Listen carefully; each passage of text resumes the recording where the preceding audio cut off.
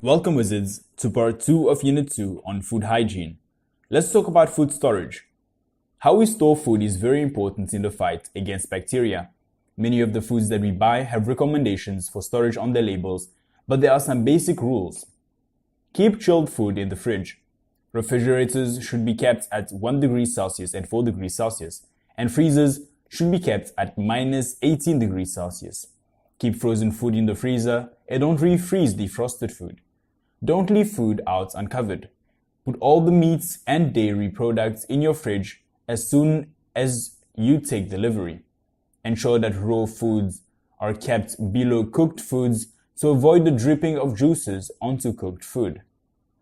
Allow hot food to cool before putting it in the fridge, as hot food will raise the temperature in the fridge. Preparing food. Always wash your hands before touching food. This is even more important if you've just been to the toilet or was playing outside. Do not prepare foods if you are ill, especially if you have any tummy illnesses, vomiting, and diarrhea. Wash your hands with soap and make sure that you scrub them all over. Clean the surface areas before preparing to cook. Wash your hands frequently while cooking, especially after touching raw meat. Always keep raw and cooked food separate from each other. Wash the utensils after they have been used on raw meats, fish, or poultry.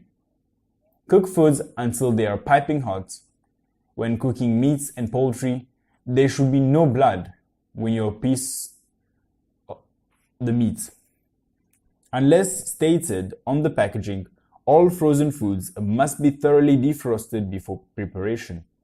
Do not allow food to thaw at room temperature.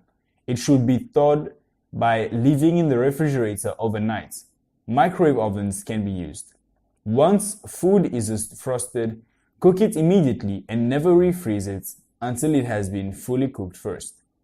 When reheating foods, ensure that it is piping hot throughout. Take care when heating meats, fish, and poultry. Never reheat foods more than once. The cook. Before starting to cook, make sure that you are wearing aprons, have hair tied back, and have short sleeves or rolled up sleeves that can't touch or catch anything.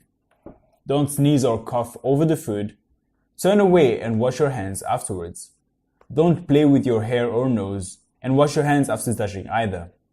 Any cuts or scratches should be covered with a plaster, ideally blue, so it can be seen if it drops into the food.